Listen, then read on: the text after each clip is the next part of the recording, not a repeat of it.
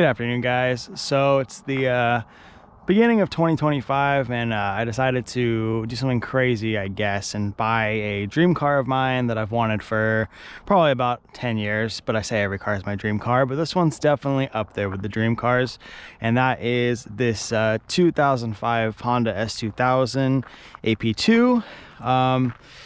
Yeah, it's been a long time coming, and you know, this car just offers stuff that I just have always wanted. High revving VTEC engine, rear wheel drive, roadster with a drop top, 6-speed manual, factory LSD. There's just so many things about this chassis that I've just always wanted and always admired. And I've had a couple friends that have owned these, and every time I've driven one, I've always come back just wishing that I could have one myself. And prices on them, you know, obviously I've gotten pretty outrageous and they're only going up. So starting into this year, I decided to ultimately say goodbye to my BRZ after 8 years, and I went ahead and sold it, and then basically turned around and picked this guy up. And it's a, like I said earlier, it's an 05 AP2. It is clean title, but it's not exactly a clean car, as you'll see. I think it's really big on these guys where people shopping from look for like all 10 out of 10 VINs, and this thing has like 6 of the 10. So, but it is still clean title. Really just kind of, it's got about 100 and just under 150,000 miles on it. It's had quite a few owners. As you can see, the dash is coming up here above the cluster from what I can only assume is this car spent a lot of time just sitting in the sun. The whole car has been repainted. It's an original black car, but you can tell because it's got a bunch of orange peel, and usually I guess besides the 08 and 09 S2000s, this should be a black vinyl on any color, and it's just gloss. It's painted with the car, and also you can see the overspray on all the trim pieces. So yeah, not a clean car by any means, but it runs great and it passed smog no problem. And for what I want to use the car for, it's ultimately perfect. Really, it's just going to be track, fun cruises, drop top, enjoying on nice days like this here in California, and just probably just a lot more track. I'm gonna start adding things to it over time. It's, you know, like I said, it's been a long time coming, and I'm just, even in this condition, I'm super happy to have one, and I plan on doing so much to it. So under the hood, we just have a pretty much stock F22C.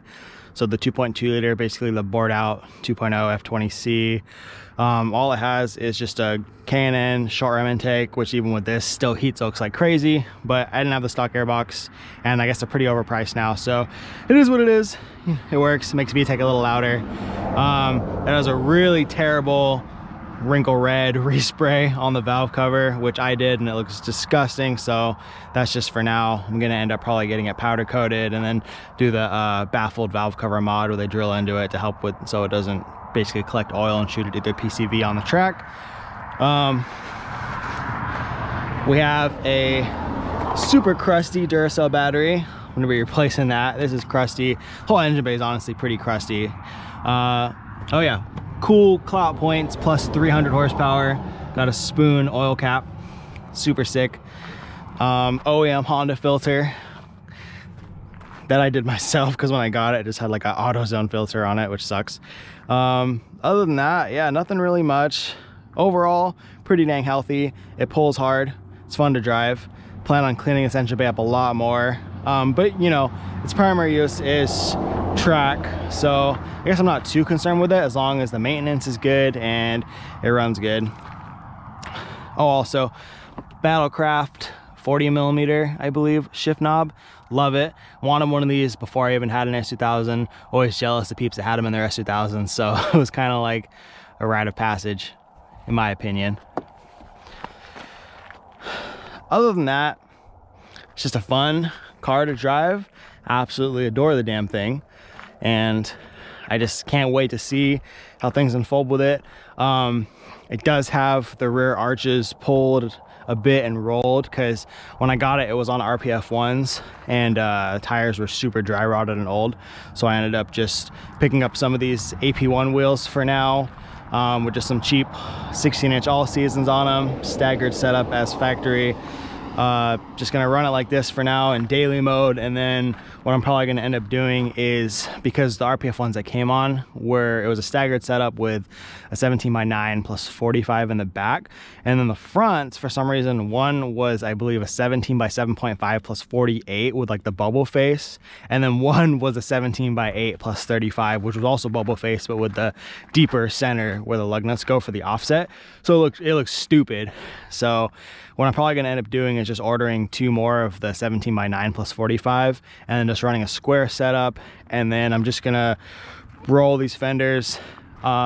It's currently also on T&M coilovers, and they, in my opinion, ride like garbage, and they do the chassis no justice. So I ended up picking up some just stock AP1 suspension that was still in relatively good condition with some tan lowering springs on it, and I'm just gonna run those for now, as I heard that generally the stock suspension, especially the AP1, is pretty aggressive but still good, and it should ride way better than it does right now. Half the time it feels like it's just skipping around the road, which is pretty sketchy on these. But yeah, just gonna run the AP1 suspension with the lowering springs for now, put the RPF ones on it. Probably gonna swap over my old wheel and my old tires from the BRZ, because I only did 2 track days on it, and they're 255 40 I believe, B730s, so still have a ton of life left in them. And then I also have some, I believe, K-Sport, no, not K-Sport, whatever, K-tuned, or I don't know, something upper control arms for the camber. I'm probably going to install as well just to get more camber out of them if I need to. But that's pretty much it. Yeah, just excited to see where this car takes me. Hopefully it's going to evolve me as a driver. Oh, this is the, you know, 05, so it's, people call it the AP 1.5 in a sense, because you still get the 2.2 liter, the updated transmission, the updated rear subframe, and all the little tweaks they made in the updated interior. But then you don't get the electronic throttle body, you don't get traction control, you aren't able to reflash the ECU and tune it with Honda. Kind of basically like an AP1 exactly is, but with some of the AP2 updates. And yeah, it would have been cool to get a 06 up so I could reflash the ECU and lower VTEC and kind of get it to rev higher, and I'm definitely jealous of that. But I really wanted the 0405 AP2, which, you know, I was able to find with this one, and I was looking for either black or white, either white with the red interior or black with the black interior, and this one just happened to pop up about 2 hours from where I live, and I went to go check it out, and it kind of fit the bill. It was pretty much what I was looking for. I didn't want to buy something super clean and then feel bad about gradually turning it into a track car and destroying it or modifying it. I wanted something that was a little rough around the edges but still had good bones and was still able to be turned into something very fun out there without really regretting it, and also kind of go along and change stuff, because it definitely was neglected. When I picked it up, it had been sitting for, I'd say, probably almost 2 years. So yeah, pretty damn neglected. It was super dirty, even more dirty than it is now, and a lot of things I had to change on it. I needed new spark plugs, it needed new coil packs, all the plugs and everything were super brittle and all needed to be replaced. And you know, I'm gradually working through things. Plan on doing the Billman timing chain tensioner as well, since this one's original, so it's probably, its days are numbered. I don't want to have that failure, because these motors are super expensive nowadays. But yeah, other than that, this is the car.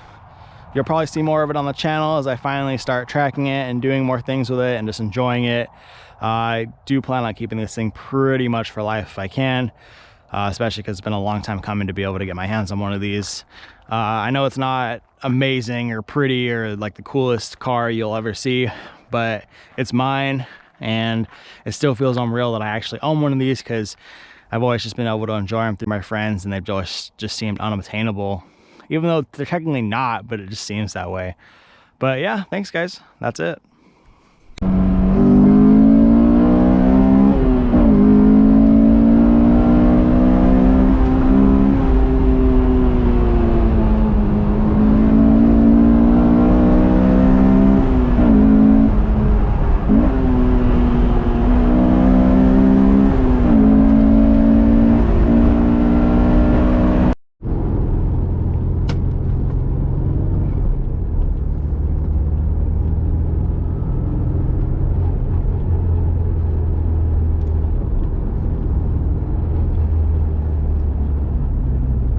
It's a little noisy, but I mean, it is a convertible at the end of the day, as I rear end this guy.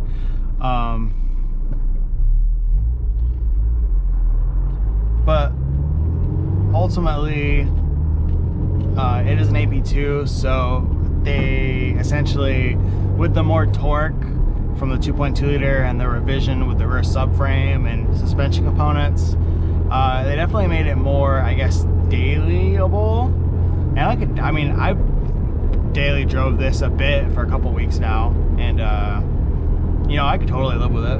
I mean, it honestly feels pretty similar to my old BRZ, just a little more noisy. I had an NB2 Miata back in 2016 or so, and then I also had an NA8 with an OEM hardtop for a while, and I tracked that for a bit. And then I also had a yellow MR2 Spider for a bit, because I'm, you know, essentially always going to be a 2ZZ guy, 1ZZ, 2ZZ. And I guess, you know, throughout all of that time, what I really wanted to do was I just wanted to make them as similar to an S2000 as possible, but they just never really scratched that itch. Like, I would have them and then I would drive a friend's S2000 and there was just no comparison. On my Miata, I actually had the custom license plate Rep S2K. Super ugly, but yeah, I just, you know, it still feels surreal that I actually own one of these things, despite, you know, it's not mint by any means, but definitely happy with it. But yeah, I mean, it's fine to cruise around in.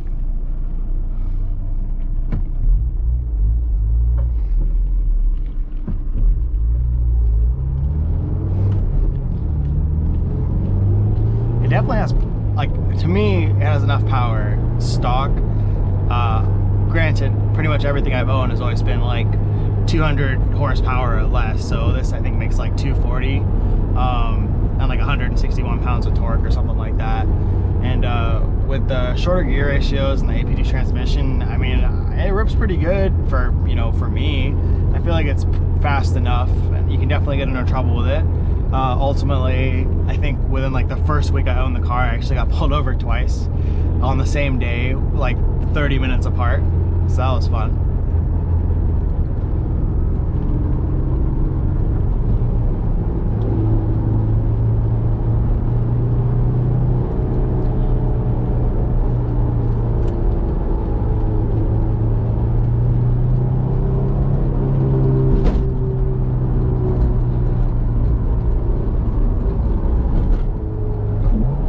Oh yeah, my little radio thing's broken, so it pops open every once in a while when you hit a bump.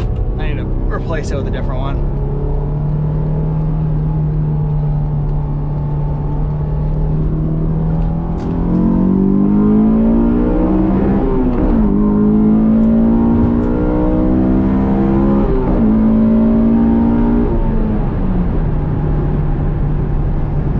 Yeah, I mean, it's plenty freaking fast. I guess the people that own these that come from like a faster car and then go to these are like, oh damn, they're so slow. But like in my case, this thing feels way too fast, or at least just perfect. I have no desire to up the power of this thing at all.